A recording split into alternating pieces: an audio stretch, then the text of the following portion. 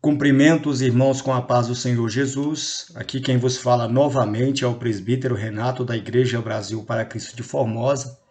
Quero agradecer a Deus pela oportunidade, agradecer ao ministério na pessoa da pastora presidente e do pastor Gideon Júnior, e também agradeço ao pastor Arnaud por ter nos convidado para também ajudar a comentar aqui o livro de Levítico. Já falando em Levítico, o livro de Levítico é o terceiro livro da lei de Moisés e um dos 5 livros do Pentateuco. E o termo Levítico é derivado da palavra hebraica Leuíticon, que significa aquilo que pertence aos levitas. Irmãos, o título Leuíticon, que seria o nome judaico a ele atribuído, foi transportado para a Vulgata Latina e para a Septuaginta com o nome de Levítico, que passou a ser adotado nas demais traduções modernas das Escrituras Sagradas.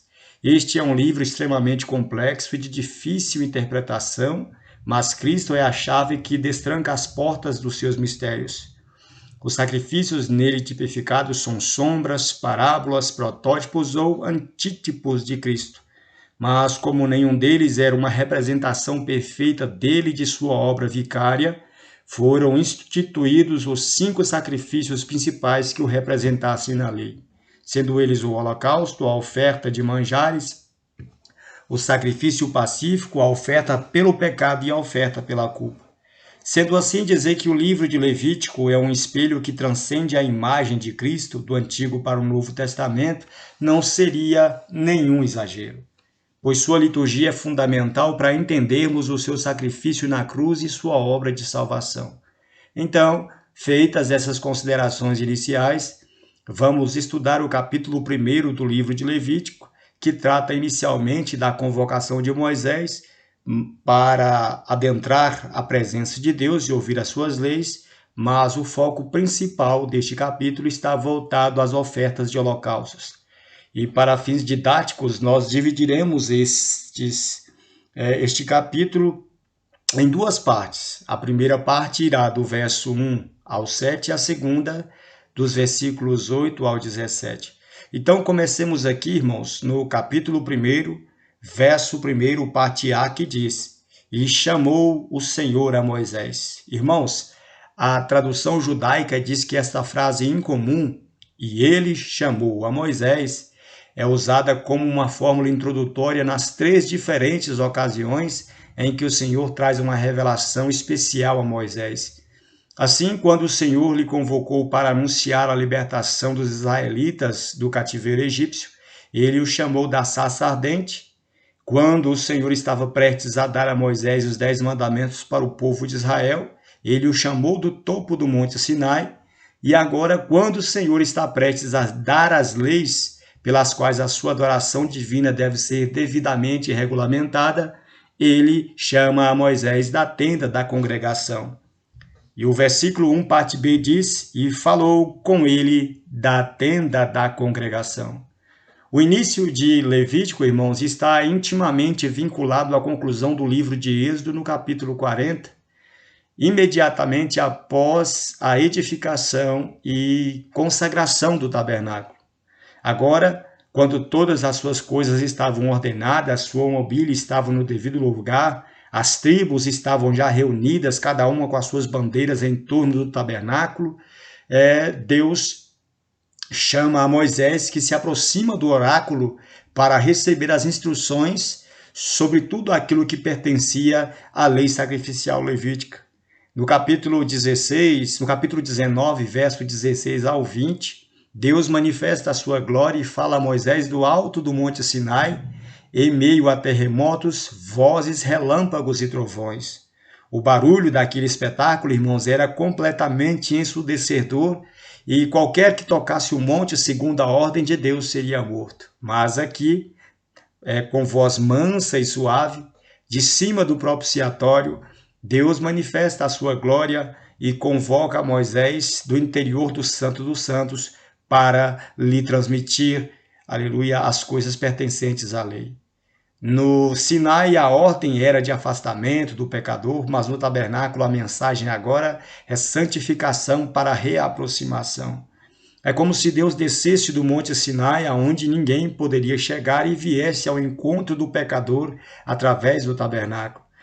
Isto, figurativamente, nos diz que através de Cristo, o próprio Deus desceu do céu para se encontrar conosco e nos revelar a sua glória.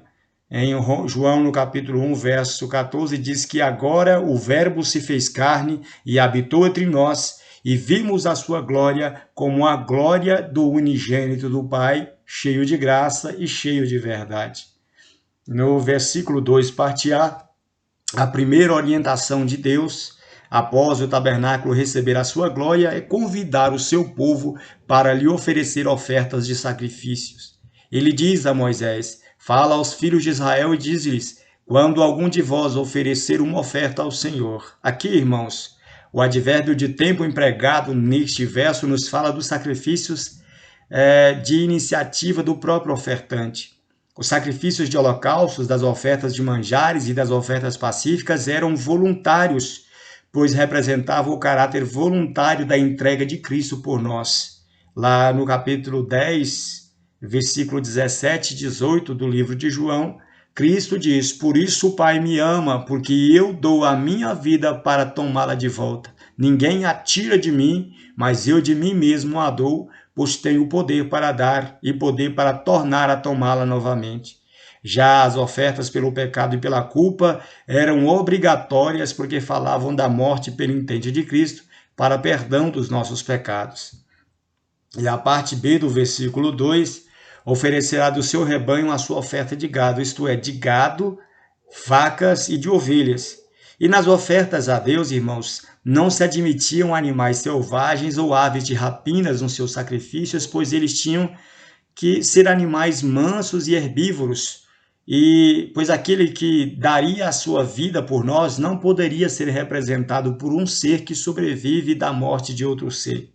Os animais oferecidos no sacrifício só poderiam vir do rebanho do próprio ofertante, mas poderia ser do gado graúdo ou do gado miúdo. O gado graúdo é uma categoria de bovinos que engloba o boi, a vaca, o touro, novilho, bezerros e garrotes, e geralmente era um tipo de sacrifício que somente os ricos eram capazes de oferecer, ou aquele ofertante de classe média que quisesse dar um sacrifício de um alto valor para Deus. E o gado miúdo já é uma categoria de caprinos que engloba carneiros, cordeiros, cabras, bodes, ovelhas e outros animais, e eram destinados ao ofertante de condições financeiras medianas. Mas e o pobre, que não possuísse rebanho, ele poderia oferecer um sacrifício de pombas ou rolinhas. Mas ninguém poderia deixar de oferecer um sacrifício a Deus, fosse pelo valor do animal, fosse pela falta de condição financeira. Mas, em todo caso, havia um preço a ser pago no sacrifício, pois ninguém poderia dar a Deus um sacrifício que nada lhe custasse. O sacrifício que não custava nada para Deus não era sacrifício. É por isso que Davi, em 2 Samuel, no capítulo 24, do verso 18 ao 25, pagou um preço pela ira de Araúna, embora a tivesse ganhado de graça, para oferecer um sacrifício a Deus quando ele pecou, levantando o censo de Israel. E ele não queria dar a Deus um sacrifício que não lhe custasse nada, e por isso comprou a ira de Araúna por um alto preço. Lá em 1 Coríntios, no capítulo 6, verso 20, Paulo diz que nós fomos comprados por um alto preço. E a nossa redenção, irmãos, portanto, custou a vida do Filho de Deus. O Salmo dos Filhos de Corá, no capítulo 49, do verso 7 ao 8, diz que ninguém pode dar a Deus o resgate de uma alma, porque a sua redenção é caríssima e os seus recursos se esgotariam antes de tudo. No verso 3, parte A, o Senhor diz: se a sua oferta for de holocausto. Ora, irmãos, na lei das ofertas, o holocausto ele vem em primeiro lugar, embora na ordem do ritual ele viesse em segundo lugar, e era oferecido após a oferta pelo pecado. Nesta ordem de menção, o holocausto, talvez, por ser o sacrifício mais antigo entre os hebreus e de uso familiar dos patriarcas, ele veio em primeiro lugar, porque era o sacrifício mais conhecido pelos hebreus. E holocausto era um sacrifício de um animal completamente consumido pelo fogo no altar de bronze. Aqui, tanto o seu corpo, a sua carne, os seus órgãos vitais, o seu intestino, o fígado, os rins, toda a gordura, né, tudo era queimado aqui no altar como uma forma de uma entrega completa ao Senhor. E o cheiro da fumaça desse sacrifício exalava como um doce perfume às narinas de Deus e simboliza a entrega total de Cristo na cruz do Calvário. Paulo, em Efésios, no capítulo 5, verso 2, na parte B, nos diz que Cristo se entregou a si mesmo por nós em oferta e sacrifício a Deus em cheiro suave. Ainda na parte A do verso 3, foi dito que se a oferta for de holocausto, de gado a oferecerá macho e sem defeito. O animal para o holocausto deveria ser macho e sem defeito, porque representa a Cristo como o segundo Adão, como o homem do céu, como o homem perfeito, sem mancha ou pecado algum. Por isso, irmãos, o animal do sexo feminino não podia ser oferecido no altar de holocaustos em hipótese alguma, porque o holocausto significava a entrega total de Cristo na cruz do Calvário.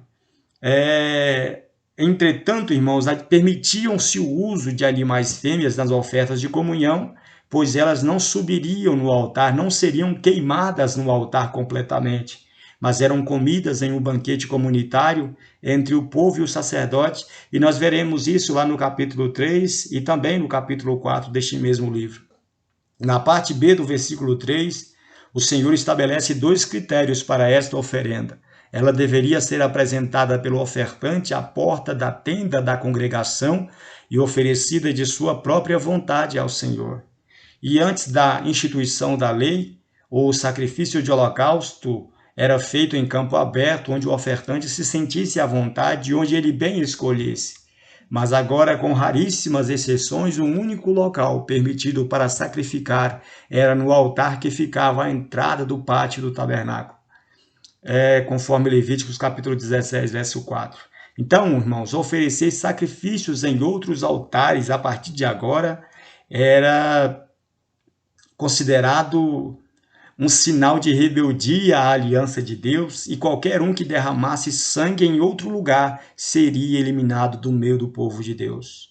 Os pagãos ofereciam sacrifícios nos montes, debaixo das árvores frondosas e em diversos altares poluídos e profanados por ratos e fezes de animais. E para evitar a idolatria, Deus passa a exigir que os sacrifícios fossem feitos somente no tabernáculo, como forma de prenunciar que nenhum sacrifício seria aceito diante dele se não fosse o sacrifício de Cristo realizado na cruz do Calvário.